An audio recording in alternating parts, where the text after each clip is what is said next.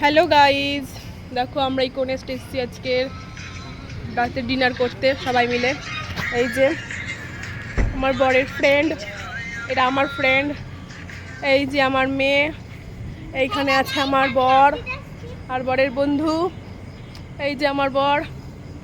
এই যে so guys tata, আমরা খাওয়া দাওয়া করলাম এখানে পুল সাইড, ওই যে দূরে দেখা যাচ্ছে পুল সাইড।